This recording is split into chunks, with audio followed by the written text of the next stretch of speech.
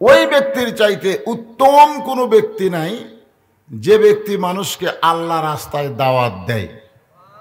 হ্যাঁ, খালি এইটুকু পড়ে সুবহানাল্লাহ বললে হবে না। এরপরে আল্লাহ মারাত্মক কথা বলেছেন যে শুধু দাওয়াত দেয় না, ও আমিলা সলিহাও, সে নিজে নেক আমল করে, ও ইন্নানি মিনাল মুসলিমিন, এবং সমাজের ভিতরে মুসলমান হিসাবে পরিচয় দেয়।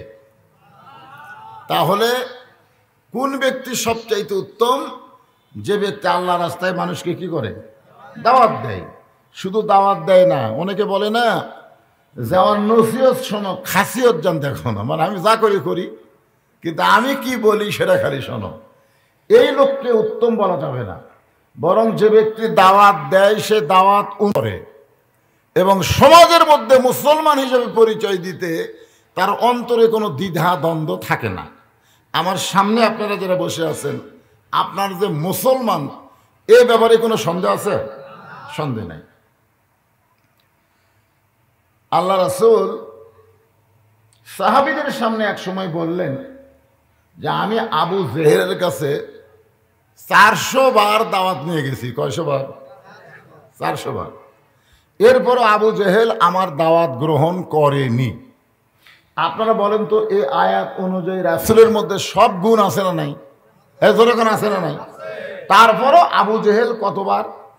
400 বার নবী কলেমার দাওয়াত দিছে, এরপরেও গ্রহণ করেনি। এখন আপনারা বলেন এটা কি বক্তার দোষ না শ্রোতার দোষ? বক্তা হলেন আল্লাহর নবী, শ্রোতা হচ্ছে আবু জেহেল। আপনারা বলেন তো এইখানে কার দোষ? শ্রোতার দোষ। আজকে অনেক লোকেরা সাইড থেকে বলে এই এত শুনে কি হইবে, এ কথা বলে কি বলে না? বক্তারা ঠিক নাই, এই কারণে মানুষ ভালো হচ্ছে না।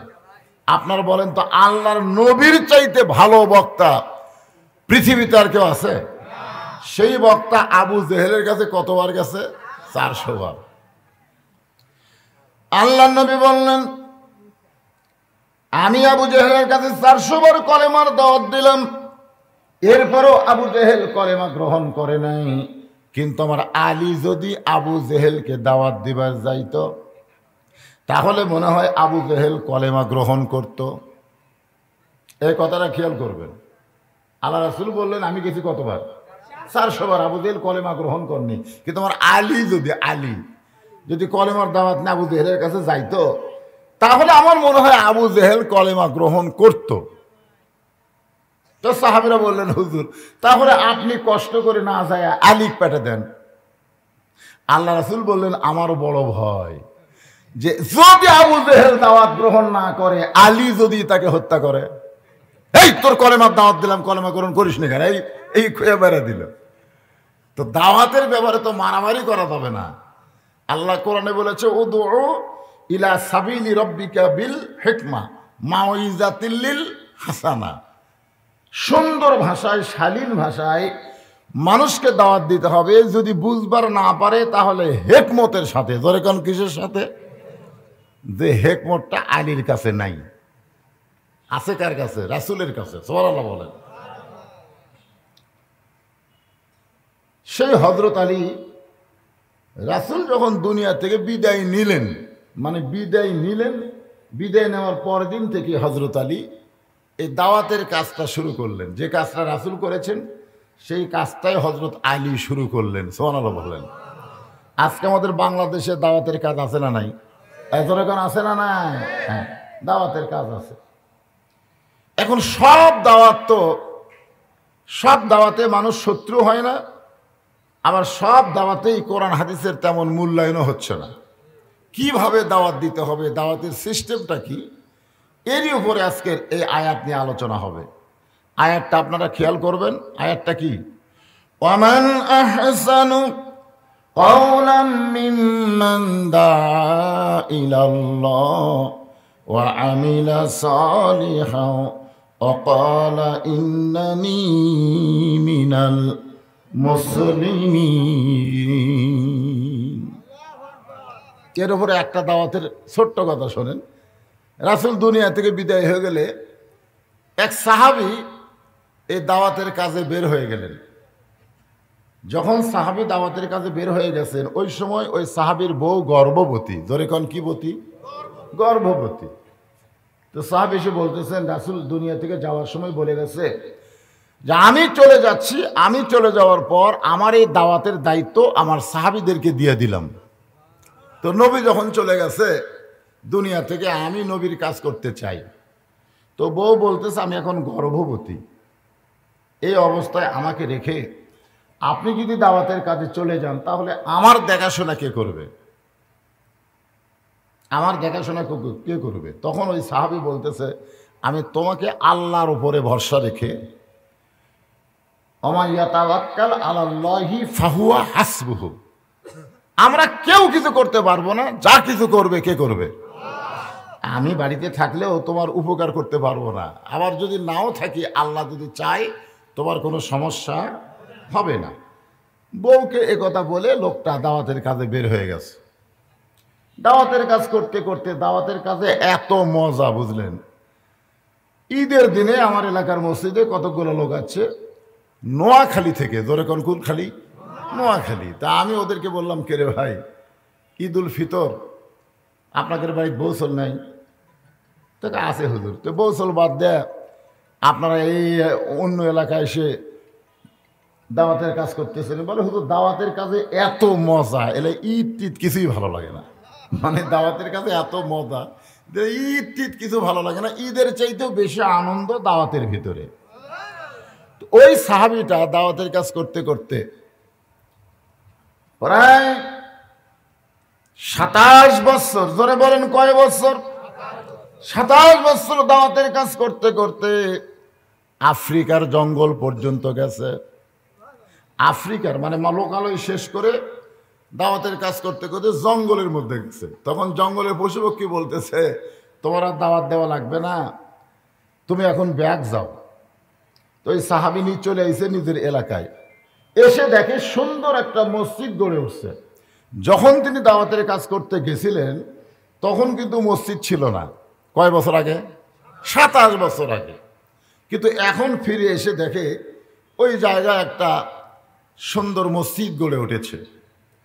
সাহাবীর মনে বড় বাসনা, যদি আল্লাহর ঘরে ঢুকে 2 রাকাত নামাজ পড়তে পারতাম। রাসূল বলেছেন তোমাদের সামনে যদি কোনো মসজিদ দেখতে পাও, যদি নামাজের সময় না হয় ওই মসজিদের মধ্যে ঢুকে 2 রাকাত দুখুলুল মসজিদ যদি নামাজ আদায় করো, একটা ওমরা হজের সওয়াব আল্লাহ তোমাদের আমল নামায় দিয়ে দিবে।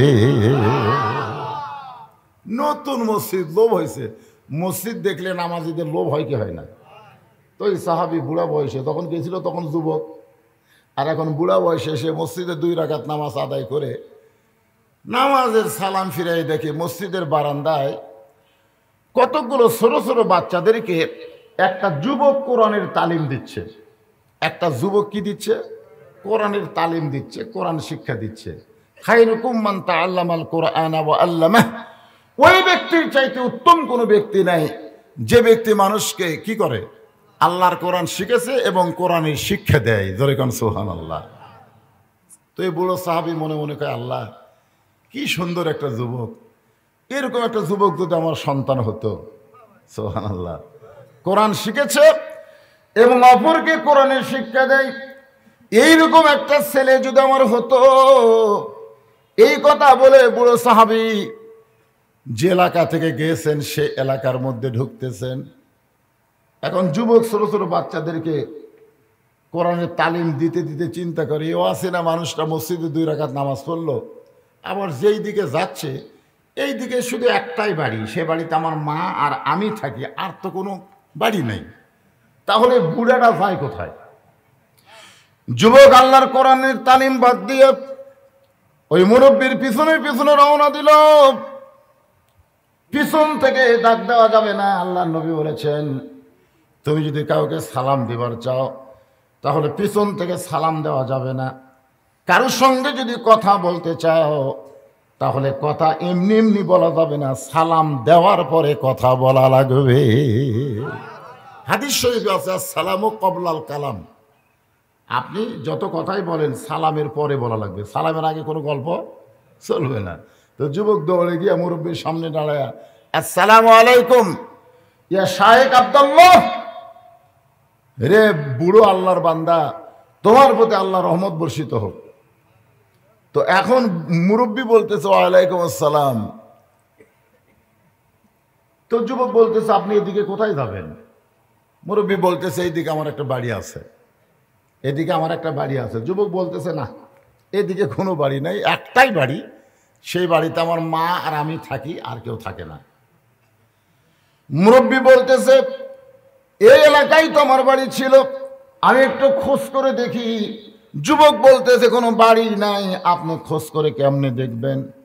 মুরব্বী যখন যাবার চায়, যুবক মুরব্বীর হাত ধরে বলতেছে আমার মা বড় পর্দারিশি, কিন্তু আমি গরিব বলে ঠিক মতো বাড়ির প্রাচীর দিতে পারি নাই। আপনি একজন অচেনা পুরুষ মানুষ যদি এদিকে যান আর আমার মায়ের সঙ্গে হঠাৎ যদি দেখা হয়ে যায়, তাহলে আমার মায়ের পর্দার খেলাপ হয়ে যাবে। মুরব্বী বিশ্বাস করেন এদিকে কোনো বাড়ি নাই, একটাই বাড়ি। যুবক যখন মুরব্বীকে হাত ধরে টানাটানি করে, এমন সময় মা জানলা দিয়ে তাকায় দেখে তার ছেলে যেই মুরব্বীকে হাত ধরে টানাটানি করতেছে, এই মুরব্বী হলো তার জন্ম দেওয়া বাবা। এই মুরব্বী তার জন্ম দেওয়া কি বাবা। মা জানলা দিয়ে বলতেছে বাজান, যারা হাত ধরে টানাটানি করতেছ সে লোকটা অচেনা কেউ না, তুমি চিনবা না। তুমি যখন পেটে ছিলে তখন এই মানুষটা নবীর দিনের কাজ করতে গিয়া আমাকে গর্ভবতী রেখে চলে গেছে, আর 27 বছর পরে আবার ফিরে আইছে। যুবক মুরব্বীকে হাত ধরে বাড়িতে নিয়ে যে 3টা প্রশ্ন করছে। ধর এখন কয়টা? 1 নম্বর প্রশ্ন হলো যে প্রত্যেকটা সন্তান জন্ম নেওয়ার পরে তার বাবা তাকে আদর করে, কোলে কাকালে লালন পালন করে। এখন আমার বয়স হয়েছে 27 বছর। কত বছর? আমি আপনার কোলে চলবার চাই, আমি আপনার কান্দে চলবার চাই, আপনি কি আমারে নিতে পারবেন? মুরব্বী বলতেছে সম্ভব না। তাহলে আমার 27 বছরের আদর সোহাগ ফেরত দেন। 2 নম্বর প্রশ্ন হলো আপনি যখন দাওয়াতের কাজে গেছেন তখন আমার মা ছিল যুবতী, এখন হয়ে গেছে বুড়ি। আমি বহুদিন দেখেছি আমার মা, আমি ঘুমানোর পরে জানলার ধারে দাঁড়ায় দাঁড়ায় কান্দে আর বলে একা একা কেন ভালো লাগে না, কোনো কাজে মন যেন বসে না। আমার মা তার যৌবনের 27 বছর শেষ করে এখন বুড়ি হয়ে গেল। আমার মায়ের এই যৌবনের স্বামীর মহব্বত আপনাকে ফেরত দেওয়া লাগবে। 3 নম্বর কথা হলো প্রত্যেকটা স্বামীর উচিত হলো তার স্ত্রী এবং সন্তানকে লালন পালন করা। আপনি সেইটা বাদ দিয়ে দাওয়াতের কাজ করলেন। এখন বলেন এই দাওয়াত কি ইসলামে সঠিক? বাপের কাছে 3টা প্রশ্ন করছে। ধরে কোন কয়টা? এখন আমি আপনাদেরকে যে আয়াতে কারিমে নিয়ে তাফসীর করব, সেই আয়াতের আলোকে দেখেন তো দাওয়াত কারে কয়। বোঝা লাগবে তো নাকি? কম বহু দাওয়াতের পথ আছে, দাওয়াতের সিস্টেম আছে, কিন্তু নবীর সিস্টেম কোনটা? নবী কিভাবে দাওয়াত দিতে বলেছেন, আল্লাহ নবী কিভাবে দাওয়াত দিলেন, সাহাবেরা কিভাবে দাওয়াত দিয়েছেন। কারণ যত রাত্রি নবী দাওয়াতের কাজ ফিরে আসুক, খালি দরজার ডাকে খাদিজা, সঙ্গে সঙ্গে দরজা খুলে যায়। আল্লাহ রাসূল বলে খাদিজা, আজ পর্যন্ত কোনোদিন দেখলাম না যে আপনি ঘুমে আছেন, ডাক দেওয়া মাত্রই আপনি দরজা খুলে দেন। খাদিজা বলে হুজুর আমি জানি আপনি যতই দাওয়াতের কাজ করেন আপনি বউকে ভুলে যান নাই, আপনি বউয়ের কাছে আসবেন, এই জন্য স্বামীর অপেক্ষায় আমি দরজায় দাঁড়িয়ে থাকি। সুবহানাল্লাহ কন, সুবহানাল্লাহ আসতে কন, জোরে কথা যায় না। তাহলে আমি তো এখানে ওয়াজ করতে এসেছি, আমার বউ কিন্তু ধান্দাত আছে, যতই ওয়াজ করুক রাত 1টা-2টার মধ্যে আমার স্বামী আসবে। জোরে কোন কথা ঠিক কিনা? আর একবার আয়াতটা শোনেন, ওয়ামান আহসানু কাওলাম মিম্মান দাআ ইলাল্লাহ ওয়া আমিলা সালিহান ওয়া ক্বালা ইন্নানী মিনাল মুসলিমিন। তাহলে যুবক তার বাপকে কয়টা প্রশ্ন করছে? 3টারই কিন্তু উত্তর আল্লাহর কোরআন দিয়া আমি আপনাদের শোনাই দিব। শুনবেন না? এখন আসেন সহি সিস্টেমটা শোনেন। হযরত আলী দাওয়াতের কাজ করে নিজের বাড়ির দিকে আসতেছেন, কারণ বাড়িতে বউ সন্তান আছে। আশা লাগবে না? আসতেছেন। হযরত আলী যখন দাওয়াতের কাজ করে নিজের বাড়ির দিকে আসতেছেন, এমন সময় দেখে রাস্তার পাশে একটা মানুষ পড়ে আছে। একটা মানুষ পড়ে আছে, মরে আছে না জীবিত আছে ওইটা বোঝার উপায় নাই। হযরত আলী চিন্তা করলেন, মরা মানুষকেও সালাম দেওয়া যায় আছে না নাই? আপনি যখন গোরস্থানে 500 দিয়ে যাবেন, রাসূলের সুন্নত কি? সালাম দাও, সালাম দাও। হয়তো আপনারা বলবেন, হুজুর এরা তো উত্তর দিবার পারবে না, তাহলে যে সালাম দেওয়া যাবে? এই জন্যই সালাম দিবেন, আপনার সালাম হবে গোরস্থানের জন্য দোয়া। ধরে কোন ঠিক কিনা? এই জন্য আপনারা গোরস্থানের পাশে দিয়ে গেলে সালাম দেন না? কি সালাম দেন? আসসালামু আলাইকুম ইয়া আহলান কুবুর। এ কবরবাসী, তোমাদের উপর আল্লাহ রহমত বর্ষিত হোক। আল্লাহ রাসূল বলেছেন, তোমরা বলো তোমরা যেখানে শুয়ে আছো অতি সত্বর আমরাও তোমাদের পথের যাত্রী হচ্ছি। জোরে কোন কথা ঠিক কিনা? হযরত আলী জীবিত না মৃত এইটা যাচাই করার জন্য সালাম দিলেন, আসসালামু আলাইকুম ইয়া আব্দুল্লাহ। সঙ্গে সঙ্গে লোকটা মাথা উঁচু করে বলতেছে, এই মিয়া, এই মিয়া কাকে বলতেছে? কেটে দাওয়াতের কাজ যতই হযরত আলী করুক, তাই বলে তার একটা ডিগ্রি আসাদুল্লাহিল গালিব আছে না নাই? হযরত আলী কয়, মিয়া আমি তোমার সালাম দিলাম আর তুমি সালামের উত্তর না দিয়ে বলতেছে এই মিয়া। লোকটা বলতেছে, আমার সালাম দিয়ে লাভ কি? আমার পেটের মধ্যে ক্ষুধার আগুন জ্বলতেছে। আজকে 2 দিন হলে না খাওয়ার কারণে আমার পেটের মধ্যে ক্ষুধার আগুন জ্বলতেছে। তুমি যতই সালাম দাও ওই সালাম খালি স্লিপ মারবে, স্লিপ মারা বলছেন না? আমার শরীরের উপর স্লিপ মারবে, আমার পেটের ক্ষুধা নিবারণ হবে না। সালামের দরকার নাই, যদি পারো টোপলা থেকে আমাকে একটু খাবার দাও। আল্লাহ রাসূল বলেছেন, ইন্নাল জান্নাতা তুশতাকু ইলা খামসাতি নাফারিন, নিশ্চয়ই 5টা দলের জন্য আল্লাহর জান্নাত আশা করে আছে। তার মধ্যে একটা দল হলো অমুতিমুল জাইয়ান, যারা ক্ষুধার্তকে অন্ন দান করে।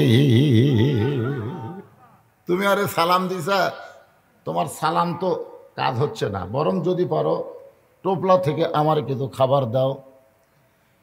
হযরত আলীর অত্যন্ত শরীরে রাগ ধরে গেল, কিন্তু এমন সময় আল্লাহর কোরআন হযরত আলীর সামনে দাঁড়িয়ে বললেন, আম্মা সাইলা ফালা তানহার, সাইলকারীর সঙ্গে খারাপ ব্যবহার করা যাবে না।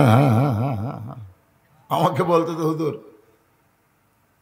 একটু টাকা দেন হুজুর। আমি কইলাম, ভাঙতি নাই। কি নাই? ফকির রাগ করে বলতেছে, পান খাওয়ার সময় ঠিকই ভাঙতে হয়, চা খাওয়ার সময় ঠিকই ভাঙতে হয়, আর আমার টাকা চালি কয় ভাঙতি নাই। আপনারা বলেন, ফকির যে কথা কইছে ওর কান সাটাকে চড় মারা দরকার না? কিন্তু আমি চিন্তা করলাম, ফকির যে কথাটা কইছে কথা তো ঠিক।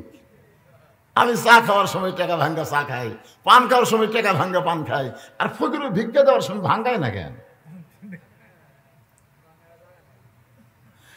আল্লাহর কোরআন বলতেছেন, আম্মা সাইলা ফালা তানহার, আলী রে সাইলকারীর সঙ্গে খারাপ ব্যবহার করো না।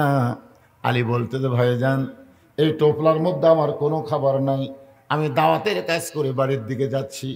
ওই যে দেখতেছ আমার বাড়ি, ওই বাড়ি পর্যন্ত যদি তুমি যাবার পারো তাহলে আল্লাহর হস্তে তোমাকে খাবার দেব ইনশাআল্লাহ। লোকটা বলতেছে, তোমার ওই বাড়ির দরজা পর্যন্ত যাওয়ার কোনো শক্তি আমার নাই, যে দরজা পর্যন্ত নিবার চাও তাহলে আমাকে কান্দে করে নেওয়া লাগবে। আপনারা বলেন, ফকির যদি কারো কান্দর চড়বার চায়, ওই যে বাড়িতে 2 দিন হলে না খাওয়ার কারণে আমার দেহটা এত দুর্বল হয়ে গেছে, ওই বাড়ি পর্যন্ত যদি নিবার চাও তাহলে আমাকে কান্দে করে নেওয়া লাগবে। হযরত আলী আল্লাহর কোরআনকে মহব্বত করে ফকিরকে কান্দে করে বাড়ির দরজা পর্যন্ত নিয়ে এসে চিন্তা করতেছে, এখন এই কাদের ফকিরকে আমি নামায় রাখবো কোন জায়গায়? আল্লাহর কোরআন বলতেছে, আলী রে হাসরের ময়দানে আমি যখন বলবো বান্দা তোর দরজায় ভিক্ষা করতে গেছিলাম, তুই আমারে ভিক্ষা দিলি না কেন? বান্দা বলবে আল্লাহ আপনি কবে ভিক্ষা করতে গেলেন, আপনি তো ফকির না। আল্লাহ তখন বলবে তোর দরজায় যখন কোনো ফকির ভিক্ষা করতে গেছিল, আমি আল্লাহ তখন ফকিরের সঙ্গে ছিলাম। এখন আপনার বলেন আল্লাহ ধনীর সঙ্গে ছিল, এ কথা কোনো কিতাব আছে? আল্লাহ কার সঙ্গে? তাহলে আপনারা যখন কোনো খাই দায়ের অনুষ্ঠান করেন তখন ধনী ধনী মানুষকে আপনারা চেয়ার টেবিলে বসান, আর যারা ফকির মিসকিন তাদেরকে আপনারা কোথায় বসান? কথা কন না কেন, কোথায় বসান? চটত বসবার দেন, ফকির ওই পালার কাছে যা, বাঁচলে পাবো, তাছাড়া পাবি না। আল্লাহ কাই কে রে, তোর বাপের রুহের মাগফিরাতের জন্য তুই খাওয়ার আয়োজন করলি, ধনী ধনীদেরকে খাওয়ালি, আর ফকিরদেরকে পালার ধারে বসালি, বাঁচলে দিবি না বাঁচলে দিবি না। এই অনুষ্ঠান করাতে তোর বাবার জাহান্নাম হবে। জোরে কোন কথা ঠিক কিনা? কারণ একটা ধনী মানুষকে খাওয়ান চলবে না। একটা ধনী মানুষকে খাওয়ালে আপনি সব পাবেন না, কাদের খাওয়ালে পাবেন?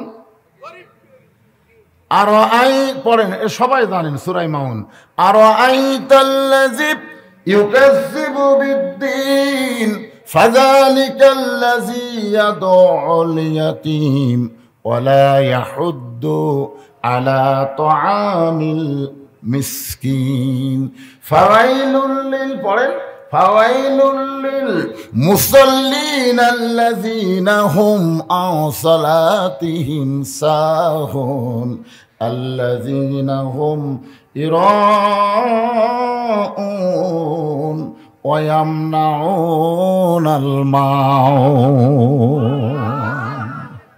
এখন কান্দে রেখে আলী চিন্তা করতেছে এ ফকিরকে মাটিতে রাখবো, মাটিত, কারণ ফকিরের সঙ্গে কে আছে? এই কথা কন না কেন, কে আছে?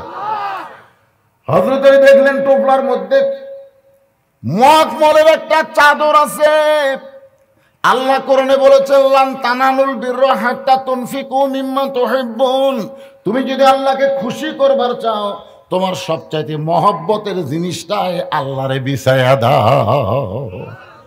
তাহলে গোটা টোপলার মধ্যে একটা কি আছে? মখমলের চাদর, যেটা হযরত আলী গায়ে দিয়ে নামাজ পড়ে সেই চাদরটা মাটিতে বিছাইয়া দিয়া ফকিরকে বসাই দিলেন। মখমলের চাদরে ফকিরকে বসাইছেন। আপনার বলেন তো এটা কেবলমাত্র কিসের জন্যে? আল্লাহর কোরআনকে মহব্বত করে হযরত আলী চাদরের মহব্বত অন্তর থেকে বের করে দিয়া ওই মখমলের চাদরে ফকিরকে বসায় দিয়া এখন হযরত আলী কয়েকদিন পর দাওয়াতের কাম সেরে বাড়িতে আসতেছেন। আল্লাহ রাসূল বলেন তোমরা যখন বাহির থেকে বাড়িতে আসবা, বাড়িতে এসে কলিং বেলে চাপ দিবা না। কলিং বেল, আপনাদের বাড়িতে কি বেল আছে? Calling bell. যত দামি বাসা, হ্যাঁ, বগুড়া রহমাননগরে আমার এক বন্ধুর বাড়ি, তা আমাকে মাঝে মধ্যে বলে হুজুর একটু দোয়া করার জন্য আসবেন। আমি একদিন দোয়া করার জন্য গিয়ে ওখানে দেখি বাসার গেটে কলিং বেল। তা আমি তো কলিং বেলে খেয়াল করিনি, খালি সালাম মারতেছি, আসসালামু আলাইকুম ইয়া আহলাল বাইত, আসসালামু আলাইকুম ইয়া আহলাল বাইত। তো পাশে এক পানের দোকান বলতে হুজুর আপনি যতই সালাম দেন দূর পর্যন্ত যাবি না। তা আমি বললাম তাহলে কি করব? বলে ও যে দেখেন আপনি যাকে সালাম দিচ্ছেন ওই 6 তালার থাকে। ধরে কোন কয় তালা? 1 2 3 4 5 6, ওই 6 নম্বরে একটা টিভি মারেন।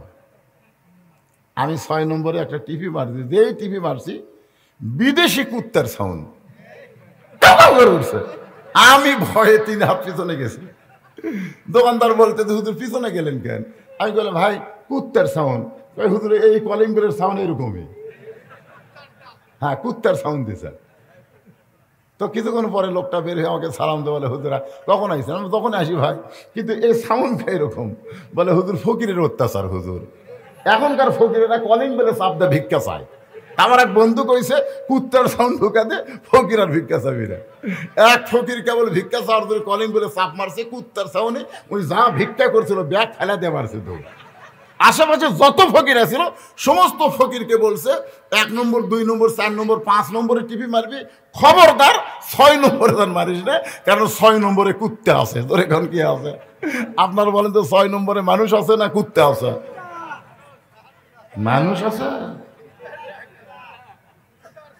যাই ফকিরকে ভিক্ষা দিবার চাই না বলে কুত্তার সাউন্ড কলিং বেলে লাগাই দিছে, ও আসলে দোপাড়া মানুষ না, ও হলো সুম্মা রাদাদনাহু আসফালা সাফিলিন, ও পশুর চাইতো জঘন্য। জোরে কোন কথা ঠিক কিনা?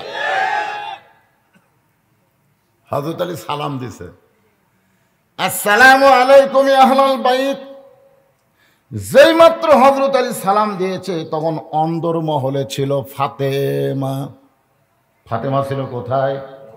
অন্দর মহল। আমার মায়েরা যারা বসে আছেন শোনেন, প্রত্যেকটা মুসলমানের বাড়িতে একটা অন্দর মহল থাকতে হবে, যেই মহলে পাইকারি হারে সবাই ঢুকতে পারবে না।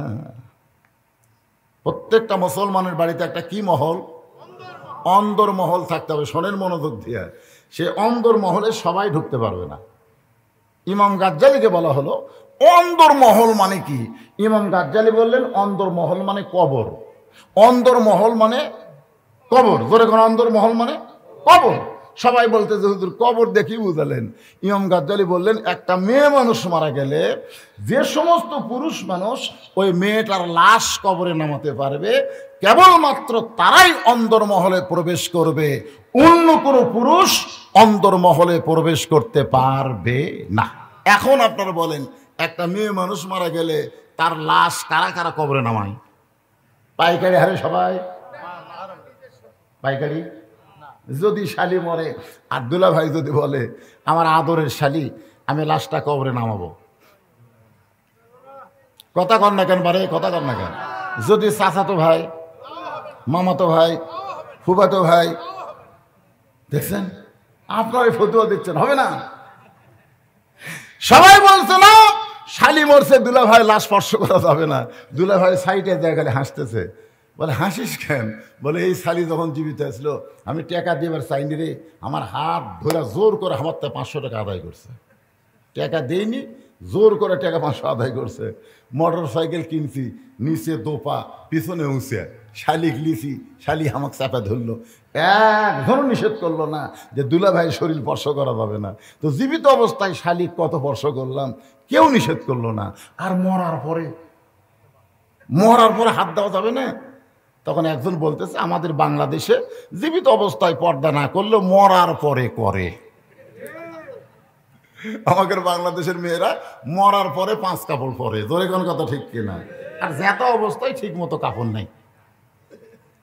দেখবেন পুরুষের 3টা কাপড়, মেয়েদের 5টা।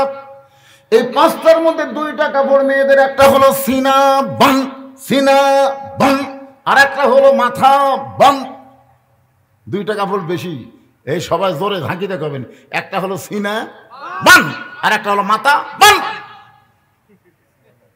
আমাদের এলাকার এক মানুষ বলতে চুল চুল মানে চুল কিনতেছে। তো মেয়ে মানুষের হাতে সারা মাসে যে চিরুনি দিয়ে চুল জমিছে, ওই চুল নিয়ে যায় দিচ্ছে। ওই আবার ওই 1 টাকার ওজনে চুল 50 টাকা। 1 টাকা কাঁচা টাকা শোনেন, কাঁচা 1 টাকার ওজনে চুল 50 টাকা। তাহলে এখন মেয়ে মানুষ চুল দিচ্ছে, তো বলতেছে ভাবি সামান্য চুল লাগবে। তখন বলতেছে তুমি একটু ধৈর্য করো, আমি বাইর করতেছি। তা চিরুনি দিয়ে হ্যাঁচড়া মানে মুড়া চিরুনি দিয়ে, বুঝলেন, চুল ছিঁড়া অক দিয়ে। আপনার বলেন তো যেই চুল পরপুরুষের জন্য দেখা যায় নাই, সেই চুল যদি একটা ফেরওয়ালা লাড়িয়া চাড়িয়া নেয়, ওরা লাড়া ছেড়া নেয় না, তাহলে আপনি বলেন আপনার বউ যদি মাথার চুল বেছে আর রাস্তার একজন ফেরওয়ালা যদি লাড়িয়া ছেড়া কিনে, তাহলে আপনি মরদের খবর কি? এই পুরুষ মানুষ, আপনার বউ তোমার মাথার চুল কোনোদিন বিক্রি করতে না পারে, এখন থেকে খেয়াল করার দরকার আছে না? না আপনার বাড়িয়ালিতে বলতেছি না, আমি সবার লক্ষ্যে বলতেছি। কারণ চুল যখন বেচা কেনা হচ্ছে তাহলে তো অবশ্যই হচ্ছে না। আপনাকে এলাকাতে আসে না? আমি তো নিজেই দেখছি ভাইজান। আমার মায়েরা বোনের একটু খেয়াল করবেন, মাথা কেন বাঁধবে মরার পরে? মাথার চুল কোন পুরুষ মানুষ যেন দেখতে না পারে। সিনা কেন বাঁধে? এই বুকের প্রতি মরদের একটা নজর থাকে, এই জন্য মরার পরে কাপড় দিয়ে বাঁধে। মরার পরে যদি 5 কাপড় দিতে হয়, জীবিত অবস্থায় তাদেরকে 5 কাপড় পরিধান করা লাগবে। ফি বুয়ুতিকুন্না ওয়ালা তাবাররাজনা তাবাররুজাল জাহিলিয়াতিল উলা। ফাতেমা ছিলেন অন্দরমহলে, জোরে কোন কোথায়? অন্দরমহল থেকে খুশি হয়ে গেছে যে দাওয়াতের কাম শেষ করে স্বামী ঘরের দরজায় সালাম দিল। আল্লাহ রাসূল বলেছেন, স্বামী যদি দরজায় সালাম দেয়, তুমি যদি দৌড়ে গিয়ে স্বামীর জন্য দরজা খুলতে পারো, তুমি স্বামীর জন্য দরজা খুললে না, তুমি যেন জান্নাতের জন্য দরজা খুললে। তাহলে স্বামী যদি দরজায় ডাক দেয়, বউ যদি দৌড়ে এসে দরজা খোলে, ওই কি স্বামীর জন্য খুললো না জান্নাতের দরজা খুললো? আপনার বলেন তো, এই জান্নাতের দরজা ধনী মানুষের বউ বেশি খুলতেছে না গরিবের বউ? কারণ ধনী মানুষের বউ তো দরজা খোলার টাইম নেই। সাহেব যদি এসে বলে ম্যাডাম বা কলিং বেলে চাপ দিল, তখন কাজের বুয়ক বলতেছে যা যা সারাচ্ছে দরজা খুলে দে। একটা ধনীর বউ দরজা খোলে না, আর গরিব যদি দরজা খুলতে দেরি করে ওর মাজার বাড়ি পড়বি। জোরে কোন কথা ঠিক না? এই কোথা থাকিস না? এই জন্য অধিকাংশ গরিবের বউয়েরা জান্নাতে যাবে। জোরে কোন সুবহানাল্লাহ। শুধুমাত্র স্বামীর জন্য দরজা খোলার জন্য। যেই মাত্র হযরত আলী সালাম দেয়, সঙ্গে সঙ্গে ফাতেমা অন্দরমহল থেকে তড়ি ঘড়ি করে সে দরজা খুলতে চায়, কিন্তু মাঝখানে এসে ঘুরমি খেয়ে পড়ে গেছে, দরজা পর্যন্ত আসতে পারে নাই। অন্দরমহল থেকে দরজা, তার মাঝখানে এসে ঘুরমি খেয়ে পড়ে গেছে। ঘুরমি খেয়ে পড়ে গেলে হযরত আলী দরজা থেকে চমকে উঠছেন।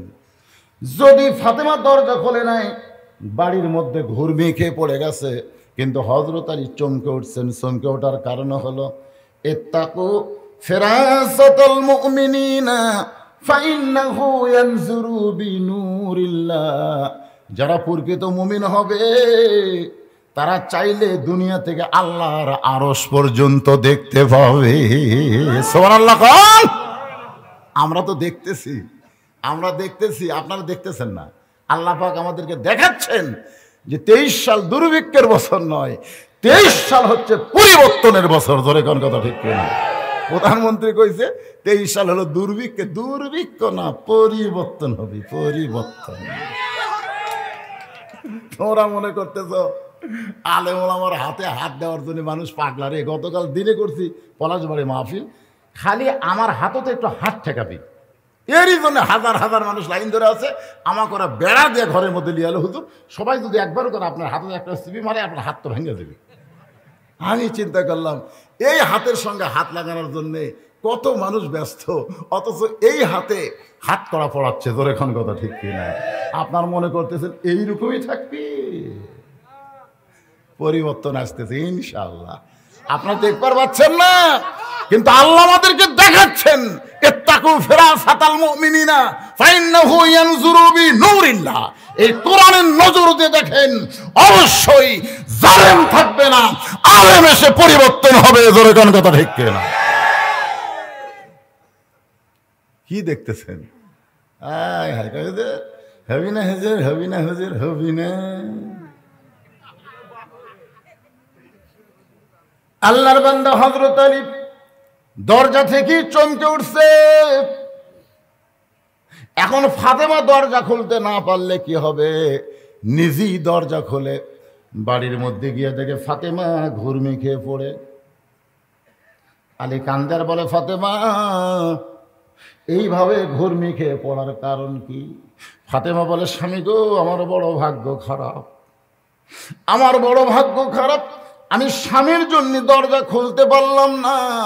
আমার মতন দুর্ভাগা নারী কে আছে দুনিয়ায় যে স্বামীর জন্য দরজা খুলতে পারলো না? আলী বলে, ফাতেমা রে, দরজা খুলতে পারলে কি হয়েছে? ঘুরমিকে পড়ার পিছনে কারণ কি? ফাতেমা বলে, স্বামী গো, আজকে 3 দিন হলে এই পেটের মধ্যে কোনো খাবার ঢোকে নাই। হযরত আলী ফাতেমার কপালে চুমু দেয়। ফাতেমা মুচকি মুচকি হাসে, কারণ পেটের ক্ষুধা দূর হয়ে যায় যদি স্বামীর ভালোবাসা বউ পেয়ে যায়। সাল্লাল্লাহু আলাইহি। ফাতেমা মুচকি মুচকি হেসে চোখের পানি বের করে বলে, স্বামী গো, মনে কষ্ট নেবেন না, আমি 3 দিন হলে না খেয়ে আছি, এটা বলতে চাচ্ছিলাম না, কিন্তু যখন শুনলেন এই কারণেই আপনার কাছে বললাম। কিন্তু আপনি কি জানেন আপনার হাসান হোসাইন আজকে 2 দিন হলে কোনো কিছু খায় নাই, ক্ষুধার জ্বালায় বারবার আমার কাছে খাবার চায়, কিন্তু আমি খাবার দিবার পারি না বলে 2টা সন্তান কাঁদতে কাঁদতে ঘরের মধ্যে ঘুমায় গেছে। শুধু একটা কথা বলে, বাবা না আসলে আমাদের খাবার হবে না। আমি খাবার দিতে পারিনি বলে 2টা সন্তান কাঁদতে কাঁদতে ঘরের মধ্যে ঘুমিয়ে গেছে। সঙ্গে সঙ্গে হযরত আলী চিৎকার করে বলে, মাবুদ, আমার বিবি 3 দিনের না খাওয়া, সন্তান 2টা 2 দিনের খায়নি, আর কান্দে করে ফকির নিয়ে বসে রেখেছি দরজা। ফকির বসে আছে কোথায়? হায় হায় রে, আমার চাইতে বড় ফকির এই দুনিয়াতে কেউ নাই। কিন্তু আমি ফকিরকে কান্দে করে দরজায় নিয়ে আসলাম। যেই ফকির সালাম দিলে কই, এই মিয়া। এখন সেই ফকিরকে যদি গিয়া বলি মাফ করো, যদি ফকিরকে যাই বলি বাবা ফকির মাফ কর রে, ফকির মাফ করবে? যে রাগের ফকির। হযরত আলী কি করবেন এমন সময়? অনুনাজ্জিলু মিনাল কুরআনি, বলেন যারা পারেন হাফেজ সাহেব, অনুনাজ্জিলু মিনাল কুরআনি মা হুয়া শিফাউ ওয়া রাহমাতুল লিল মুমিনিন। এর বাংলা অর্থ হলো সব সমস্যার সমাধান দিতে পারে আল কোরআন। আপনি যে অবস্থায় থাকেন না কেন, আপনার সমাধান আল্লাহর কোরআন দিয়ে দিবে। আপনি অভাবে আছেন, আপনি অসুখ হয়েছে, আপনি বিপদে আছেন, সব কিছুর সমাধান আল্লাহর কোরআনে আছে না নাই? যখন আছে না নাই, তাহলে একটা স্লোগান দেওয়া লাগবে, বাজান আমি যে বলবো সব সমস্যার সমাধান, আপনার বলবেন দিতে পারে আল কোরআন। বলতে পারবেন না? সব সমস্যার সমাধান আল কোরআনের আলো। ঘরে ঘরে না, কত ওয়াজ করলাম আপনাকে এলাকায়, সব জায়গায় আল কোরআনের আলো। কোরআন হাদিস যেখানে, দুনিয়ার মুসলমান। আমি অবশ্য ওই যে উপজেলা চেয়ারম্যান পদে দাঁড়াবার চাইছিলাম, মানে আমার এত জনপ্রিয়তা বুঝলেন আমার এলাকার। এখানে ছোট ছোট শুরু করে মেয়ে মানুষ, মরদ মানুষ সবাই। আমি মনে করলাম একটা আবার একটু চেয়ারম্যান হই। তখন কিছু লোক এসে আমাকে কয়, হুজুর নাউজুবিল্লাহ, নাউজুবিল্লাহ হুজুর, খবরদার, আপনাকে আল্লাহ যে সম্মান দিছে এই খামাখা এই খারাপ জায়গাতে আপনি যাবেন কেন? তা আমি কইলাম, পাগলা, উপজেলা পরিষদ খারাপ তোদের কে বলেছে? আসলে উপজেলা পরিষদ খারাপ না, যে মানুষগুলো আমরা ভোট দিয়ে পাঠাচ্ছি তারা হচ্ছে খারাপ। জোরে কোন কথা ঠিক? আজকে তারা গান বাজনা করতে আপত্তি করবে না, কিন্তু কোরআনের মাহফিলের হক কথা তা বলতে দিবে না। জোরে কোন কথা ঠিক কিনা? গল্প শোনায় আমার ইউনিয়ন, তোর ইউনিয়ন। যদি ফুলগুলো হয় অভিমানে ঝরে যায়, আমি মালা গেথে বলো কারে পরাবো, সে যে কেন এলো না, কিছু ভালো লাগে না, কবরে আসুক তারে আমি। খালি মোরা কবর যারে ঠেলা কাক কয় বুঝতে পারবি। বাল তুসিরুনাল হায়াতাদ দুনিয়া ওয়াল আখিরাতু খায়রু ওয়া আবকা। আল্লাহর কোরআন বলে, আলী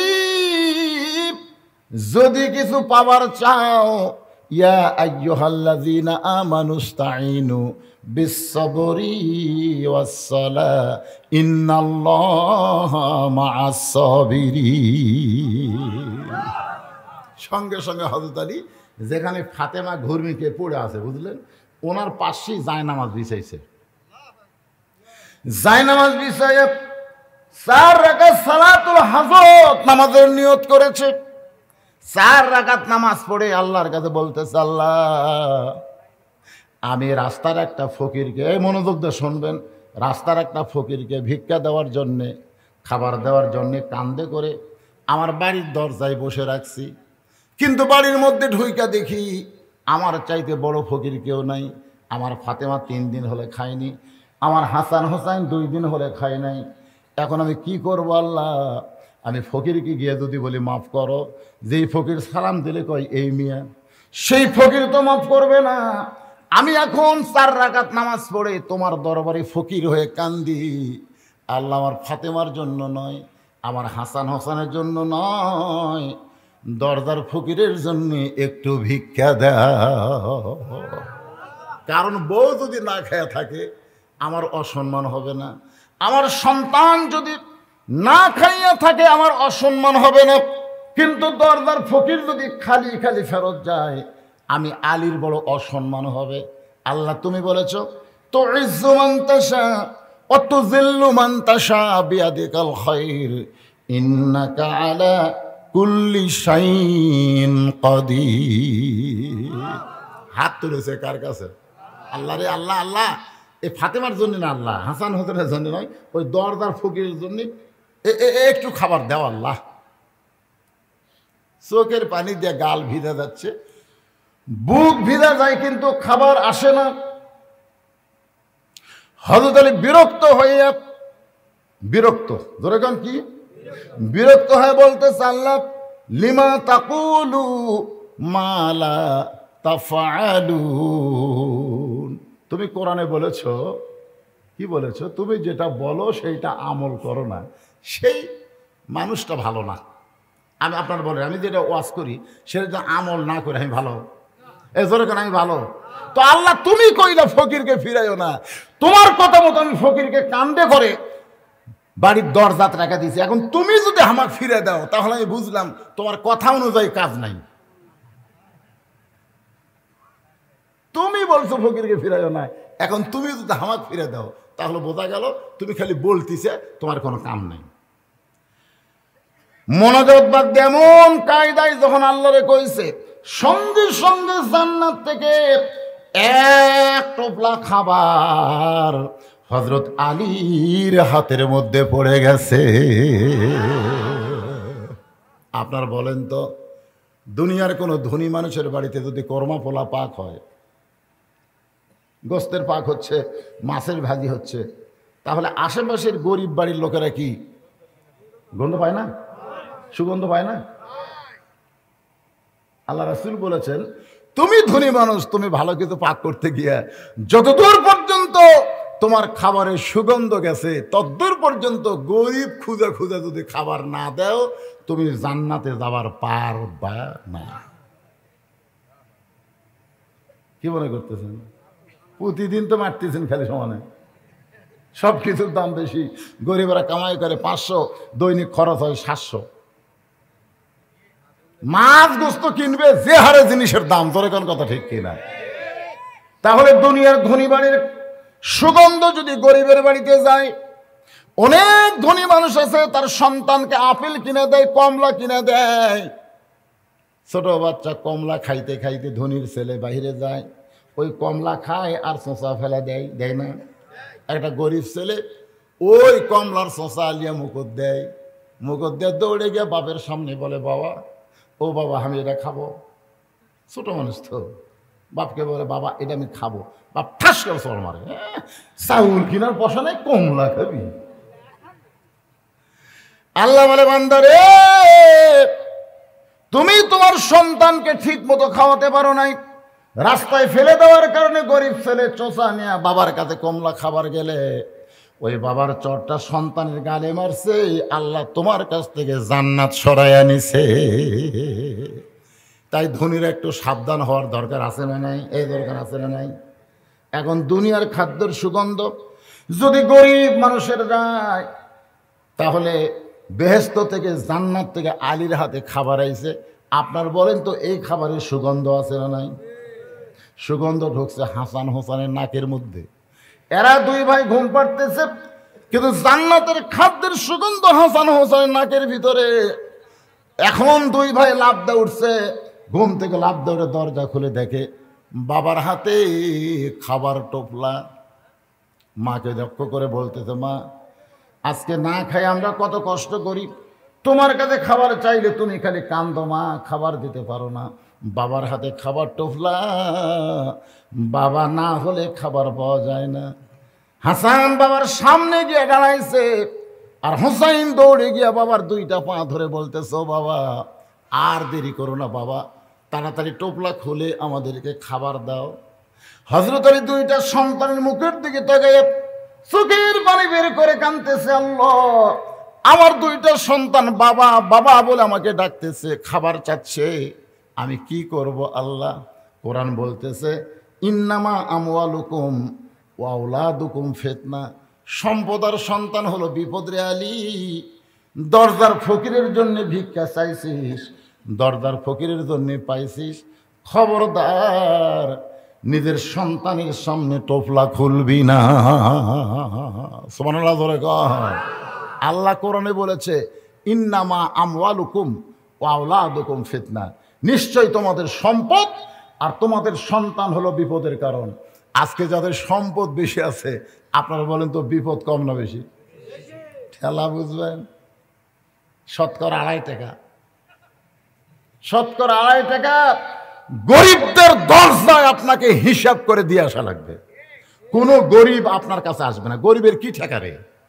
আপনার শতকরা 2.5 টাকা হলো গরিবের হক।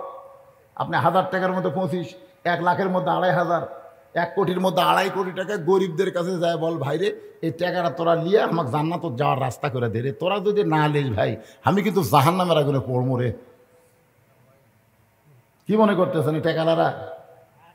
হ্যাঁ। আর 2 নম্বর হলো সন্তান। একটা হলো সম্পদ আর একটা সন্তান। আপনারা বলেন তো সন্তান কি রহমত না বিপদ? কথা কয় না। ওই যে 2টা লাভ দিয়ে উঠলো, ওই যে দেখেন 2টা লাভ দিয়ে উঠলো। এই সন্তানগুলো এখন এত নষ্টের দিকে চলে গেছে। ইঞ্জিনিয়ার সাহেব শোনেন, ইঞ্জিনিয়ার ভাই, এই ইঞ্জিনিয়ার সাহেব কোন দিক থেকে আছে? এই সন্তানগুলো এত খারাপ হয়ে গেছে। আগে আমরা বিকালবেলা দেখতাম ছেলেরা ফুটবল খেলতো, ক্রিকেট খেলতো, এখন বিকালবেলা সব মাঠ ফাঁকা। কেরে ছেলেরা কোথায়? বলে হুজুর গাছতলাত গেলে দেখতে পারবেন, গাছতলাত যান।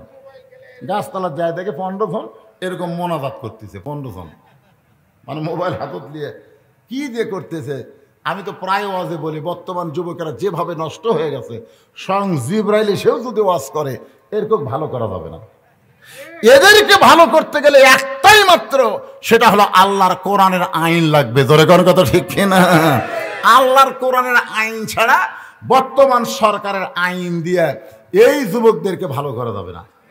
কারণ ফ্রি ফায়ার, পাবজি গেম খেলার নিষেধাজ্ঞা আছে, তারা এটা 2 ঘন্টা বসতে পারবি না। তো ওরা কিছুক্ষণ মানে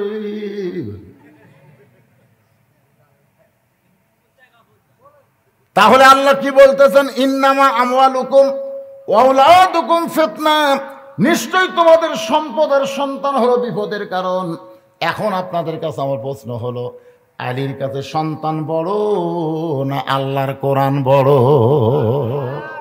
আল্লাহর কোরআনকে গুরুত্ব দিয়ে হযরত আলী যখন দরজার দিকে ওই খাবার টোপলা নিয়ে যাওয়ার চায়, এমন সময় হোসেন কাঁকড়ার মতন, কাঁকড়া বোঝেন না, কাঁকড়ার কামড় খাচ্ছেন কোনোদিন? কাঁকড়ার মতন 2টা পা চাইবা ধরেছে, এমনভাবে বাবার 2টা পা চেপে ধরেছে। ও বাবা ক্ষুধা লাগছে বাবা, তাড়াতাড়ি টোপলা খুলে খাবার দাও। কিন্তু হযরত আলী সন্তানের দিকে না তাকায় যখন দরজার ফকিরের দিকে যাবার চায়, এখন হোসাইন পাও ছাড়ে না, কি করবে? কিতাবের মধ্যে আছে হযরত আলী এক হাতে টোপলা নিয়ে আর ডান হাত দিয়ে হোসাইনকে হ্যাঁচকা টান মারছে। ওই পায়ের বাঁধন খোলার জন্যে হ্যাঁচকা টান মেরে যখন রাইখা দিছে, ঘুরমিকে 2 দিন না খাওয়া সন্তান পড়ে গেছে। হযরত আলী যখন টোপলা নিয়ে দরজার দিকে যাবার চায়, এমন সময় হোসাইন ওই বাবার দিকে এভাবে আঙ্গুল তুলে বলতেছো, বাবা তুমি আমাকে মারছো, বাবা তুমি আমাকে ফেলে দিয়েছো, বাবা তুমি কি আমারে চিনো? লিল্লাহু আকবার। এভাবে শাহাদত আঙ্গুলি তুলে হযরত আলীকে লক্ষ্য করে বলতেছে, ও বাবা তুমি আমাকে মারছো, বাবা তুমি আমাকে ফেলে দিয়েছো, বাবা হাতে খাবার থাকার পরও সন্তানকে না দিয়া যাকে আছাড় মারার মতন মারছো, বাবা তুমি কি আমারে চেনো? এভাবে যখন বারবার বলতে তুমি কি আমারে চেনো, ফাতেমা ডুকরে ডুকরে কাঁদতেছে। হাসান দৌড়ে এসে হোসেনের মাথাটা বুকের মধ্যে নিয়ে বলে, ভাইজান এমন করে বাপরে কেন বলতেছিস? হোসেন বলে, আমি ছাড়বো না, আমার বাবা মনে হয় আমাকে চিনে না। হযরত আলীর গোটা দেহ থরথর করে কাঁপতেছে, কারণ এমন কথা হোসেন বলেছে, বাবা তুমি আমাকে মারছো, বাবা ফেলে দিয়েছো, বাবা তুমি আমায় চিনো। আলীর মনে পড়ে গেছে। একদিন আল্লাহ নবী বললেন, সাহাবীরা রে, আমি আমার জীবনে একটা ঘটনা তোমাদের শোনাতে চাই। সাহাবীরা বললেন, হুজুর কি ঘটনা? রাসূল বললেন, তাহলে শোনো, যে হোসাইন সবসময় আমার কাছে ঘুরঘুর করে, তোমরা কি সেই হোসাইনকে চিনো? সমস্ত সাহাবী বলতেছে, কেন চিনব না, আলী আর ফাতেমার সন্তান হলো হোসাইন। রাসূল বললেন, আমিও জানি আলী আর ফাতেমার সন্তান, কিন্তু আজকে মসজিদ নববীর মধ্যে এমন একটা ঘটনা ঘটে গেল। আমি নবী বসে আছি, এমন সময় ফেরেশতা জিবরাইল আমার কাছে আল্লাহর কোরআন নিয়ে এসে হাজির। কোরআন যখন দেওয়া নেওয়া হয়ে গেল, ফেরেশতা জিবরাইলকে আমি যাইতে বলতে ভুলে গেছি, কারণ জিবরাইল আসে আল্লাহর হুকুমে, জোরে কোন কার হুকুমে, আর যায় নবীর হুকুমে। মাশাআল্লাহ, ফেরেশতা জিবরাইল আসে আল্লাহর হুকুমে, আর বিদায় নেই নবীর হুকুমে। কিন্তু নবী হুকুম দেয়নি, এখন জিবরাইল মনে করতেছে নবী যখন যাবার বলতেছে না, নবীর কাছে একটু বরকতের জন্য বসে থাকবো। সাল্লাল্লাহু। ফেরেশতা জিবরাইল দাহিয়াতুল কালবি সাহাবীর চেহারায় নবীর পাশে যখন বসে আছে বরকতের জন্য, এমন সময় কোত্থেকে হোসাইন দৌড়ে এসে বলতেছে, ও নানু ভাই, আজকে কিন্তু তোমার কাছে আমি যাব না, তোমার কাছে যাব না। নবী সুমকে বলতেছে, আমার কাছে যদি না যাও তাহলে কার কাছে যাবে? হোসেন বলে, না না, মায়ের কাছে খাবার চাইছি, মা বলে খাওয়া নাই। আমি তখন বলছি আমার নানার কাছে যাই, আমার মা বলেছে খবরদার তোর নানার কাছে যাস না রে, তোর নানা ক্ষুধার জ্বালায় পেটে পাথর বান্ধা আছে। ও নানা, তোমার কাছে যাব না, কিন্তু তোমার পাশে যে সাহাবী বসে আছে এই বেটাকে আমি ছাড়ব না। আপনারা বলেন তো, সাহাবীরা জিবরাইল একের দৌড় এসে দাহিয়াতুল কালবি বিশ্বাস করে কোলের মধ্যে বসে বলতেছে, নানার সাহাবী মাঝে মধ্যে আসো, কি যেন গুদুর গুদুর করে কওয়ার ফসকান দেওয়া, আজকে যখন তোমারে পাইছি, না দেওয়া পর্যন্ত তোমাকে আমি ছাড়বো না, তাড়াতাড়ি আমাকে খাবার দাও, আমাকে খাবার না দিলে তোমাকে ছাড়বো না। এই বলে দাহিয়াতুল কালবি সাহাবী বিশ্বাস করে দাড়ির মধ্যে এরকম হাত ঢোকায় খালি টানতেছে। ফেরেশতা জিবরাইল খালি ওঁসমস করতেছে। ওঁসমস বলতেন না, কি বিপদে বললাম। আল্লাহ রাসূল ডাক দেওয়া বলে, জিবরাইল ওঁসমস করো কেন? এলকা করে ইশারা করে বলতেছে, এরকম ওঁসমস কেন করতেছো? জিবরাইল বলে, হুজুর আমার কোলের মধ্যে বসে দাড়ির টান মারতেছে, এই জন্যই বিরক্ত লাগতেছে। রাসূল কান্দার বলে, জিবরাইল রে, তোমার কোলের মধ্যে বসে দাড়ির টানটা খাবার চাই, ওই ছোট্ট বাচ্চারে কি তুমি চিনো? ফেরেশতা জিবরাইল বলে, নবী গো, এইটা আপনার ছোট রাতে হোসাইন, কেন চিনবো না? রাসূল বলে, জিবরাইল শুধু হোসেন বললে হবে না, তাহলে শোনো, আমি নবী ছিলাম নামাজের সেজদায়, কোত্থেকে দৌড়ে এসে আমার পিঠে চড়ে বলতেছে, চল ঘোড়া চল, চল ঘোড়া চল। আমি নামাজ পড়া অবস্থায় হোসেনকে যখন পিঠ থেকে নামাবার চাই, নামাজের মালিক আল্লাহ ডাক দিয়ে বলে, হাবিব আপনাকে ঘোড়া বানাইছে, আমি আল্লাহর বড় ভালো লাগতেছে, যতক্ষণ আপনার পেটে হোসেন চড়ে বসে থাকবে আপনি সেজদা থেকে মাথা তুলবেন না। জিবরাইল রে, আমি নবীরে ঘোড়া বানাইলে যদি আল্লাহর ভালো লাগে, আর তোমার কোলের মধ্যে বসেছে, তুমি ওসমস করো না। সঙ্গে সঙ্গে ফেরেশতা জিবরাইল খামোশ হয়ে গেছে। উরি বাবা রে, নবীরে ঘোড়া বানাইলে যদি আল্লাহর ভালো লাগে তাহলে আমি তো থুতিই নাই। কিন্তু হোসেন একই কায়দা, বারবার খাবার না দিলে তোমাকে ছাড়বো না। ফেরেশতা জিবরাইল চোখ দিয়ে দর দর করে পানি পড়তেছে। আল্লাহ ডাকতে বলে, জিবরাইল ফান্দে পড়া বগ হইয়া কান্দিস না, যে তোর কোলে বসে খাবার চাই, আমি আল্লাহ তাকে এত ভালোবাসি রে জিবরাইল, জান্নাতের বাগানের আঙ্গুর তোর জামার ডান পকেট ভরায়া দিলাম। লিল্লাহে তাকবীর। আমি আল্লাহ এত ভালোবাসি, জান্নাতের বাগানের আঙ্গুর তোর জামার ডান পকেট ভরে দিলাম। দাহিয়াতুল কালবি সাহাবীর চেহারায় ফেরেশতা জিবরাইল আঙ্গুরগুলো বের করে হোসেনের হাতে দিছে। নবী আমার চমকে উঠছে, কারণ নবী জানে এইটা হলো জিবরাইল। ধরে কোন এইটা কি? এইটা হলো জিবরাইল। আঙ্গুর পাইল কোথায়? জিবরাইল ইশারা করে বলে, রাসূলুল্লাহ আপনার এই ছোট নাতিকে আল্লাহ এত ভালোবাসে, জান্নাতের বাগানের আঙ্গুর আমার পকেট ভরে দিয়েছে।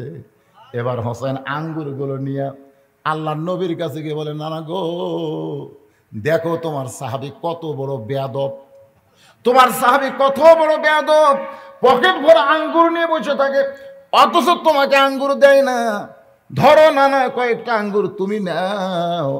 তুমি মনে করো না নানা যে আমি একলা খাবো, কারণ মায়ের কাছে শুনেছি ক্ষুধার জ্বালায় তুমি পেটের গদর বেঁধেছ। ধরো নানা কয়েকটা আঙ্গুর নাও। এই বলে নবীর হাতে কয়েকটা আঙ্গুর দিয়ে বলে, নানা তুমি আমার মুরব্বী, তোমার বেদব সাহাবী হলে কি হবে, সেও তো আমার মুরব্বী। এই বলে কয়েকটা আঙ্গুর ফেরেশতা জিবরাইলকে দাহিয়াতুল কালবি বিশ্বাস করে হাতের মধ্যে দিয়ে বলে, নানা তোমরা দুইজন মুরব্বী না খাইলে আমি হোসাইন কিন্তু খাবো না। আল্লাহর নবী চমকে গেলেন, কারণ নবী আঙ্গুর খাবার পারে, নবী মানুষ, কিন্তু ফেরেশতা জিবরাইল যদি দাহিয়াতুল কালবি সাহাবীর চেহারায়, সে তো আর আঙ্গুর খাবার পারে না। হোসেন বলে, না না তোমরা দুইজন মুরব্বী না খাইলে কিন্তু আমি খাবই না। কিছুক্ষণ পরে দেখে ফেরেশতা জিবরাইল আঙ্গুর নিয়ে চায় আছে, নবীও মুখে দিবার চায়। হোসেন বলে, না না তোমার সাহাবীরে খাবার কও, তারপরে তুমি খাও। কিন্তু নবী কেমনে বলবে, কারণ নবী তো জানে জিবরাইল। অনেক সময় ধৈর্যদের হোসেন বলে, না না বুঝবার পারছি, তোমার সাহাবী একা একা আঙ্গুর খাবার চাই, আমি আর তুমি নিচে বলে সে রাগ করে খাইতেছে না। দেও না না দাও, আমিও খাবো না, তোমাকেও খাইতে দিব না, তোমার সাহাবীকে সব আঙ্গুর ফিরে দেওয়ার চাই। এই কথা হোসেন যেই বলেছে, আল্লাহ ডাকতে বলে, জিবরাইল রে, আমার নবীর ওসিলাই আর হোসেনের দাওয়াত দেওয়ার কারণে তোর হাতে যে কয়টা আঙ্গুর দিছে, সে আঙ্গুর খাওয়ার অধিকার তোরে দিয়া দিলাম। রাসূল ডাকতে বলে, সাহাবীরা রে, যেই হোসাইন জিবরাইলের কাছ থেকে জান্নাতের আঙ্গুর নিছে, আবার জিবরাইলকে আঙ্গুর খাওয়াইছে, সেই হোসাইনকে তোমরা চিনো।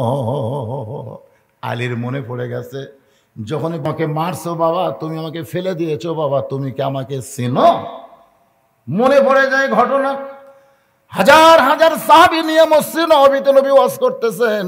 আপনারা যেরকম ওয়াজ শুনতেছেন, নবী ওয়াজ করতেছেন, সাহাবীরা শুনতেছে। আমার ওয়াজ শোনা আর নবীর ওয়াজ শোনা আকাশ পাতাল তফাৎ, যেরকম ঠিক কিনা? কারণ নবী যখন ওয়াজ করে, কত সাহাবীর মাথার উপরে পাখি এসে বসে, ওই সাহাবীরা বুঝতেই পারে না যে মাথার পাখি বসেছে। রাসূল বলে, কেরে তোমার মাথার পাখি কেন? বলে, হুজুর আপনার আলোচনা শুনতে গিয়া এমন একটা জগতে ঢুকে গেছি, এই দুনিয়ার জগতের কথা আমার আর খেয়াল না। তো এইরকম মনোমুগ্ধকর আলোচনা নবী যখন সাহাবীদের নিয়ে করে, এমন সময় কোত্থেকে হোসাইন দৌড়ে এসে বলে, রে নবীর সাহাবীরা, সব সময় আমার নানার ওয়াজ তোমরা শোনো, নানাকে আমার কাছে যাইতে দাও না কেন? সব সময় যদি নানার কাছে তোমরা থাকো, তাহলে আমি হোসাইন আমার নানার কাছে কেমনে যাই? এই বলে যখন হোসাইন আসতেছে, আবু বকর হুযায়ফাতুল ইয়ামিনকে বলে, হুযায়ফা, এখন যদি হোসাইন নবীর কাছে আসে, এই দামি কথা থেকে কিন্তু আমরা বঞ্চিত হয়ে যাব, যা যা আটকা। আবু বকর রাদিয়াল্লাহু হুযায়ফারে বলছে।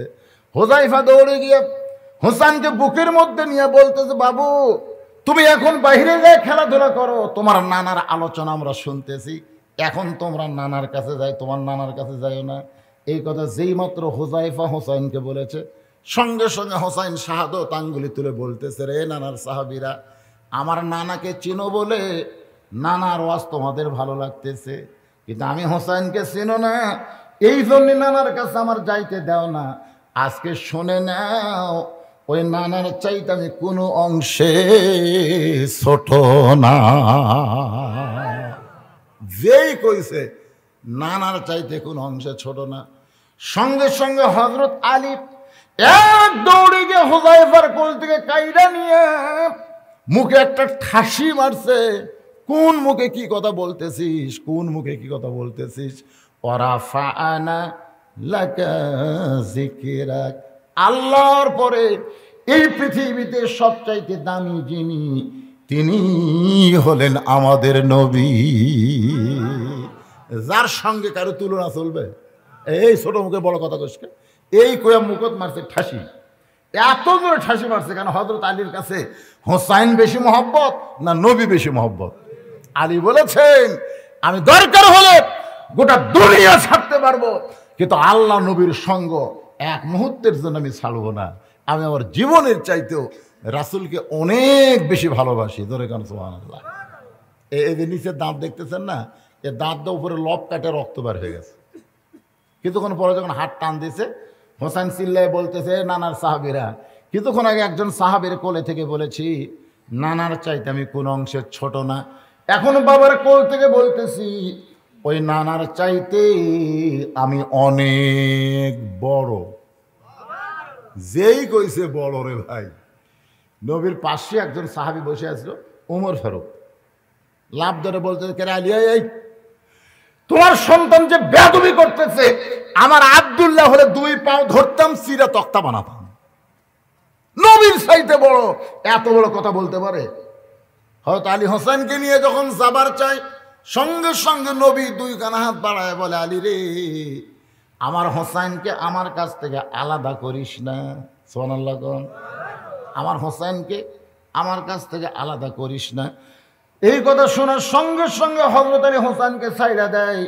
হোসেন দৌড়ে এসে নবীর বুকের মধ্যে ঝাঁপ দেয়, বলে না না, মনে কষ্ট নিও না নানা, তোমার সাহাবীরা তোমার কাছে আসতে দেয় না বলে আমি রাগ করে বলেছি নানা, আমি আমার জীবনের চাইতেও তোমাকে ভালোবাসি নানা।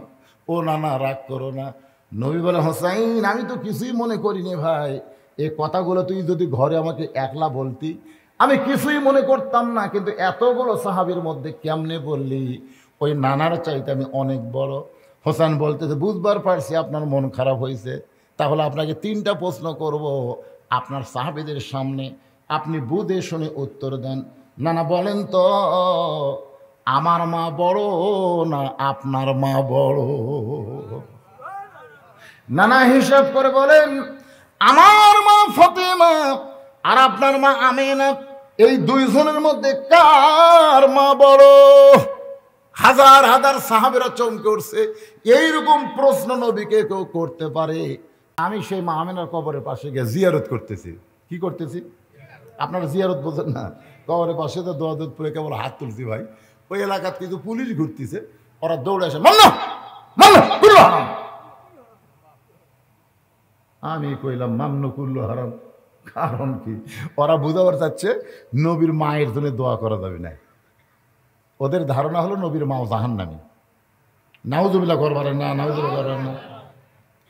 তোরা দেখে যা আমিনা মায়ের কোলে, সবাই বলেন তোরা দেখে যা আমিনা মায়ের কোলে, শিশু মোহাম্মদ নয় শুধু, যেন পূর্ণিমার চাঁদ দোলে, তোরা দেখে যা আমিনা।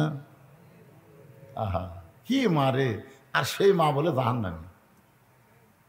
মা আমিনার কবরের একটু পাশেই হলো আব্দুল্লাহর কবর, নবীর বাবার কবর।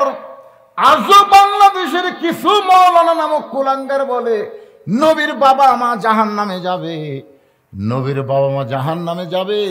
এই কথা যদি কেউ বলে, বলেন তো আমার নবী খুশি হবে না দুঃখ পাবে? বাজান গো, রাসূল কান্দার বলে হোসাইন রে, আমার মা আমিনা জান্নাত পাবে কি পাবে না সে গ্যারান্টি আমি নবী দিবার পারবো না। আর হোসেনের মা ফাতেমা শুধু জান্নাত পাবে না, জান্নাতি নারীদের নেত্রী হবে। কে রে মায়েরা? এ মায়েরা, এরা কি ঘুমালো নাকি রে? মায়েরা কদ্দূর বুঝছে? এ পাশেই মাশাআল্লাহ, একটা শব্দ নেই, সাউন্ড নেই। মায়েরা রে শোনেন, খাতুনে জান্নাত ফাতেমা জান্নাতি নারীদের নেত্রী হবে। গভীর রাত্রে হযরত আলীর গলা জড়ে কপালে চুমো দেয়, বলে স্বামী গো মনে কষ্ট নেবেন না, আজকে রাত্রে বেলায় আমার মৃত্যু হবে। যেই বলছে মৃত্যু হবে, গাছের গোড়া কাটলে গাছটা যেমন ঠাস করে পড়ে যায়, হযরত আলী তেমনি পড়ে গেলেন ঘরের মাঝাই।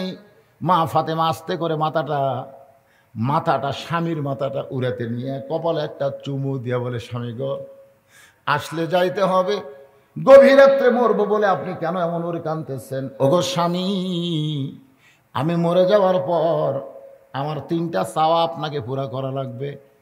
আলী কান্দার বলে, জীবনে কিছুই চাইল না, গরিব ছিলাম বলে কিছুই চাইল না। রাসূল বলেছেন, ফাতেমা আমার আলী কিন্তু গরিব, খবরদার কিছু চাইবা না, আলী খুশি মনে যা দেয় তাই নিবা। ধরে কেন সুবহানাল্লাহ। রাসূল ফাতেমাকে বলছে, খবরদার আমার আলীর কাছে যেন কিছু চাইও না, আলী খুশি মনে যা দিবা তাই নিবা, কোনো দিনও চাই না। মৃত্যুর সময় বলতেছে, মরে গেলে লাশটা রাতের বেলা দাফন করবেন। 2 নম্বর চাওয়া হলো আমার কোনো জানাজার ব্যবস্থা করবেন না। 3 নম্বর চাওয়া হলো আমার লাশটা কিন্তু খাটনিতে তোলা চলবে না। এই গভীর রাত্রে জান্নাতুল বাকির পূর্ব কোণায় সবুজ রঙের একটা বাতি জ্বলবে, ওই বাতি বরাবর আমাকে দাফন করবেন। হযরত আলী ফাতেমাকে দাফন করার পরে আল্লাহকে বলতেছে, আল্লাহ দুনিয়ার জীবনে কিছুই দিতে পারলাম না, আজকে রাত্রেবেলা ফাতেমা চলে গেল, আল্লাহ ফাতেমার প্রতি তুমি খুশি হয়ে যাও।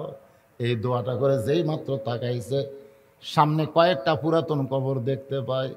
আলী কান্দের বলে, এই মাত্র ফাতেমার কবর দিলাম, সেই কবর গেল কোন জায়গায়?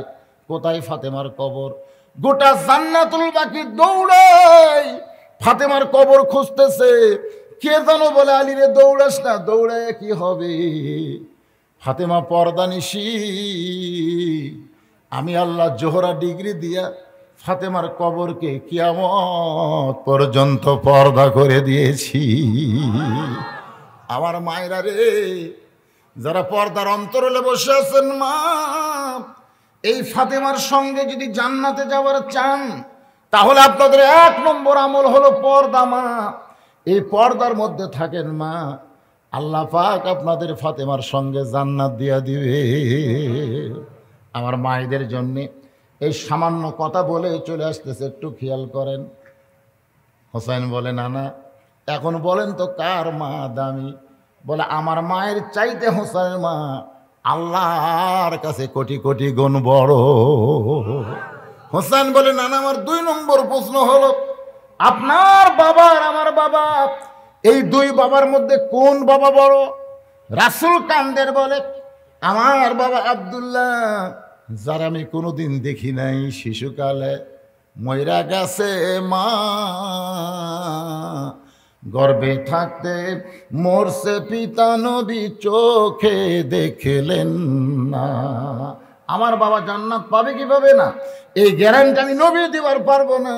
কিন্তু হোসেনের বাবা আলী শুধু জান্নাত পাবে না, এই দুনিয়াতে 10 জন জান্নাতের সার্টিফিকেট পাইছে, তার মধ্যে 4 নম্বর হলো হযরত আলী। রাসূল বলতেছে, আমার বাবা আব্দুল্লাহর চাইতে হোসেনের বাবা আলী কোটি কোটি গুণ বড়। হোসেন বলে, না না, 3 নম্বর প্রশ্ন হলো, তোমার নানা আর আমার নানা, বলো তো নানা, এই 2 জনের মধ্যে কার নানা বড়? সমস্ত সাহাবী চিল্লায় বলে, রে হুসাইন, তোমার নানার নানা ওয়াহাব জুহরিকে দুনিয়ার কেউ চিনে না, কিন্তু হোসেনের নানাকে শুধু দুনিয়ার মানুষ না, স্বয়ং আসমানের আল্লাহ ঘোষণা করেছে, ওয়া ইন্নাকা লাআলা খুলুকিন আযীম। হোসেন বলে, নানা এখন বলো, যদি মায়ের দিক দিয়ে আমি বড় হই, বাপের দিক দিয়ে যদি আমি বড় হই, আবার নানার দিক দিয়ে যদি আমি বড় হই, তাহলে তুমি আমার সাথে কোন দিক দিয়ে বড়? সঙ্গে সঙ্গে আল্লাহর নবী ওই ছোট্ট হোসেনকে বুকের মধ্যে নিয়ে বলে, আলী রে, তুই বড় নিষ্ঠুর, এত জোরে মুখে ঠাসি মারছিস বাবা, এর উপরে দাঁত দেয়, নিচের লব কাইটা গেছে।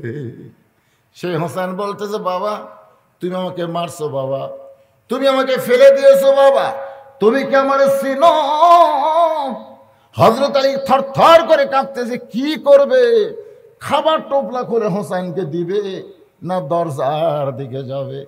আল্লাহর কোরআন বলে, আলী রে, সম্পদ আর সন্তান হলো বিপদের কারণ। হোসেন যতই বলুক, টোপলা খুলিস না, কারণ তুই তো দোয়া করার সময় বলিসনি যে আমার ফাতেমার জন্য, হোসেনের জন্য খাবার দাও, তুই দরদার ফকিরের জন্য খাবার চাইছি। সুবহানাল্লাহ কর না কেন? ফাতেমা কাঁদতেছে, হাসান কাঁদতেছে, হুসাইন কাঁদতেছে। এরপর এরপরে হযরত আলী দরজার দিকে রওনা দেয়। যেই মাত্র দরজা খুলেছে, তাকায় দেখে ফকির দাঁড়ায় মুস্কি মুস্কি হাসতেছে। যেই মাত্র দরজা খুলেছে, তাকায় দেখে ফকির মুস্কি মুস্কি। হযরত আলী রাগ করে, এই মিয়া, হাঁটতে পারিস না, কান্দে করে দরজা পর্যন্ত নিয়ে আসলাম, আমার মখমল চাদরে তোকে বসায় দিলাম, আর তুই দাঁড়িয়ে দাঁড়িয়ে মুস্কি মুস্কি হাসিস। সঙ্গে সঙ্গে ফকির বলতেছে, ওয়ালাইকুম আসসালাম। আলী কয় করে সালাম দিলাম কখন রে? হ্যাঁ, আর এই বেটা উত্তর দিল কখন? চোখের পানি বের করে বলে, ফকির, আমার বিশ্বাস তুই ফকির ন, বল বল তুই কে? ওয়ামান আহসানু কওলাম মিম্মান দাআ ইলাল্লাহ ওয়া আমিলা সালিহান ওয়া ক্বালা ইন্নানি মিনাল মুসলিমিন। ছেলে কিন্তু 3টা প্রশ্ন করছে, মনে আছে না? ভুলে গেছে? আমরা ফেরেশতাদের ভিতরে বলা বলি করতেছিলাম, ফেরেশতারাও কিন্তু কথা বলা বলি করে। যখন আল্লাহ বলেছিলেন, ওয়াইজ ক্বালা রাব্বুকা লিল মালাইকাতি ইন্নী জাইলুন ফিল আরদি খলিফা, আমি দুনিয়াতে খলিফা প্রেরণ করব, তখন ফেরেশতারা কইছিল দরকার নাই। ফেরেশতারা বলে, মাবুদ, একই আলীকে আপনি এত ডিগ্রি দিলেন, যে আলীকে আপনি জান্নাতি যুবকদের সর্দারের বাপ বানালেন, সুবহানাল্লাহ কোন, যে আলীকে জান্নাতি নারীদের সর্দারিনী খাতুনে জান্নাতের স্বামী বানালেন, যে আলীকে আপনি আনা মাদিনাতুল ইলমি ওয়া আলিউ বাবুহা, নবী হচ্ছে ইলমের শহর, আলী হচ্ছে তার দরওয়াজা, আবার সেই আলীকে আসাদুল্লাহিল গালিব ডিগ্রি দিলেন। একে আলীকে এত ডিগ্রি আপনি দিলেন। আল্লাহ কয়, ফেরেশতা তোদের কি মনে হয় আমি ইচ্ছা করে ডিগ্রি দিছি না আলী ডিগ্রি অর্জন করেছে? সুবহানাল্লাহ। একটা হলো আমাদের বাংলাদেশে অনেকে দেখবেন ডিগ্রি অর্জন করেনি, ডিগ্রি অর্জন করেনি, ডিগ্রি ঘুরতেছে, এরকম আছে না? নাই। তা আমি আল্লাহ আলীকে যে ডিগ্রি দিছি, এটা কি এমনি এমনি না অর্জন করেছে? যদি পরীক্ষা করবার চাও, লিয়াবলুয়াকুম আইয়ুকুম আহসানু আমালান ওয়া হুয়াল আজিজুল গফুর। বলে, আমি ফকিরের সুরতে মানুষের চেহারায় রাস্তার কাছে পড়েছিলাম, আলী রে, তুমি যখন আমাকে সালাম দিলা, আমি সালামের উত্তর না দিয়া এই মিয়া শব্দ উল্লেখ করলাম। ইচ্ছা করলে আসাদুল্লাহিল গালিব তুমি আমার চর মারতে পারতা, কিন্তু আমার চর না মেরে আল্লাহর কোরআনকে সম্মান দিয়া আমাকে তুমি কান্দে করে নিয়ে আসলা। আলী রে, ইচ্ছা করলে আমাকে মাটিতে তুমি বসাবার পারতা, কিন্তু আল্লাহর কোরআনকে সম্মান দিয়া তোমার দামি চাদরের মধ্যে আমাকে বসায় দিলা। আলী রে, বাড়ির মধ্যে ঢুইকা তোমার ফাতেমা 3 দিনের না খাওয়া, তোমার হাসান হোসেন 2 দিন হলো খাই নাই, খাবার টুকলো পাইয়া বিবি বাচ্চার সামনে না দিয়া তুমি দরদার ফকির পর্যন্ত নিয়ে আসলে। আলী রে,